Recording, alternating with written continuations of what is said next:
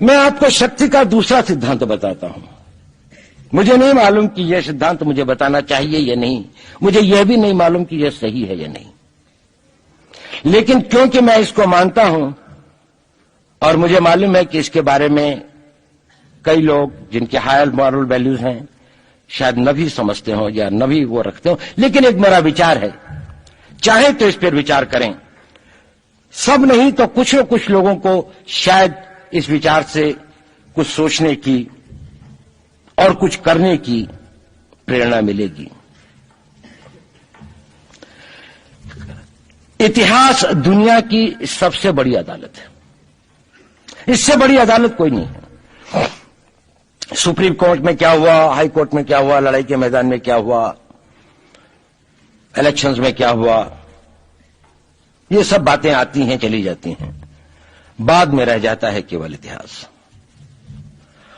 और इतिहास का निर्णय हमेशा उसके पक्ष में गया है जो शक्तिशाली था। इसने कभी उसका साथ नहीं दिया जो न्याय के साथ था, जो सही था। अगर ऐसा होता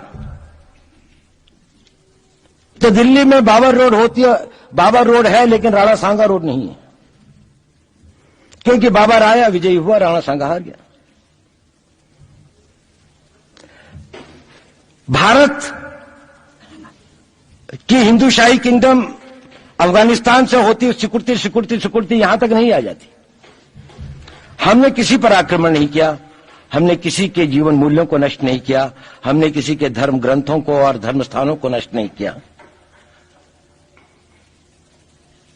शायद हम न्याय संगत थे, शायद सत्य भी हमारे पक्ष में था, लेकिन शक्ति हमारे साथ नहीं थी।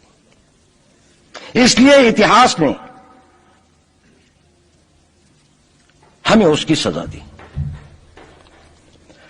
इतिहास ने हमेशा उनको सजा दी जिन्होंने विचारों को कर्म से और न्याय को सत्य से अधिक महत्व दिया। अब मैं ये नहीं कह रहा हूं कि उसकी तिलांजलि कर देनी चाहिए, ये नहीं है कि न्याय का अपना महत्व नहीं है, लेकिन यदि कॉन्फ्लिक्ट ऑफ इंटरेस्ट हो तो शक्तिशाली बनना ज्यादा आवश्यक है। भारत धर्मगुरु भी तभी बनेगा जब एक शक्तिशाली भारत का निर्माण होगा। जिन लोगों ने भारत के ऊपर आक्रमण किया, भारत के ऊपर राज किया, इस प्रकार से राज किया कि राज करते वक्त, जाते वक्त अपने गुलामों से कह दिया कि तुम राज कर लो, हम तो जा रहे हैं, तो यहां पर गुलाम वंश भी बन गया। अगर हम लड़ाई के वॉरफेयर के उसूलों से देखें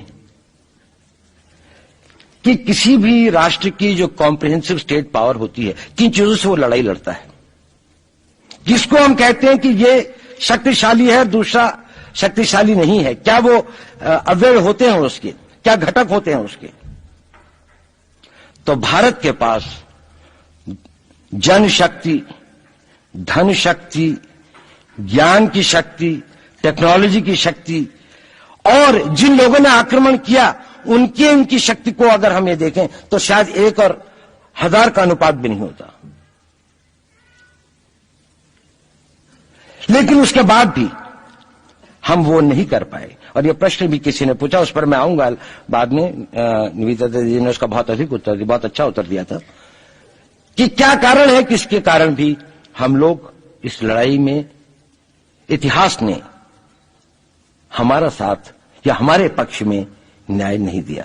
क्या कारण है कि कश्मीर में हम लड़ रहे हैं, जिन्होंने हमारे ऊपर आक्रमण हो रहा है, हमारे ऊपर बाहर से लोग आकर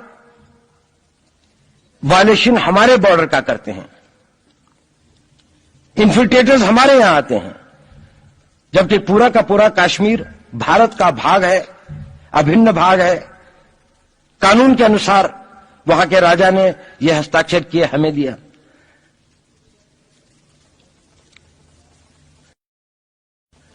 क्या कारण है कि करोड़ों की संख्या में बांग्लादेश से लोग भारत में आते हैं, हम बाड़ लगाते हैं, वो लोग वहां से मना करते हैं कि आप हमारे आदमियों को आने दीजिए, और हम कुछ नहीं कर पाते।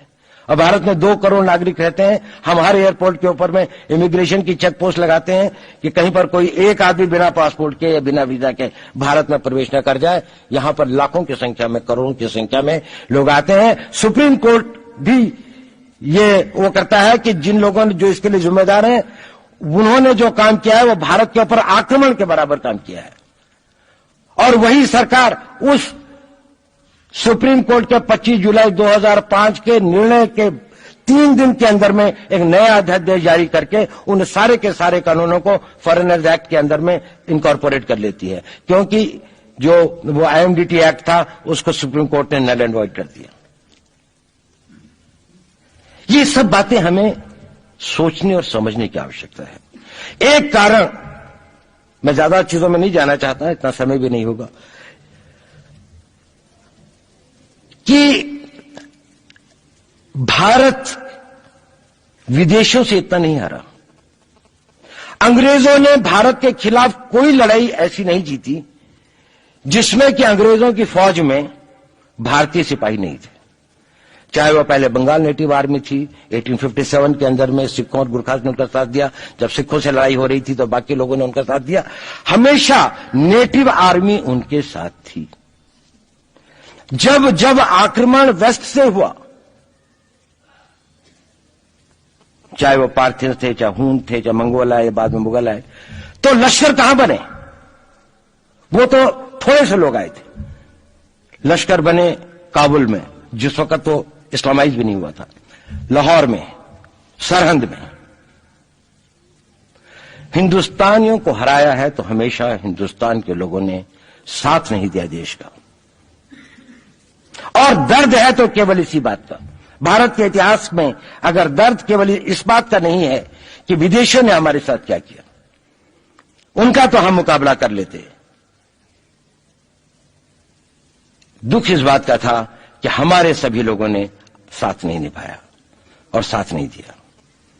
और इसकी फीलिंग आज भी मुझे इस देश में होती है। और भारत को आंतरिक या बाह्य शक्तियों से जो सबसे बड़ा खतरा है, वो खतरा इस बात का है कि हमारे अपने लोग ही कहीं राष्ट्र की सुरक्षा, राष्ट्र की अस्मिता, राष्ट्र के गौरव का सौदा न कर बैठे, अपने आज के सुख के लिए अपने भविष्य को अंधकारमय न कर दें।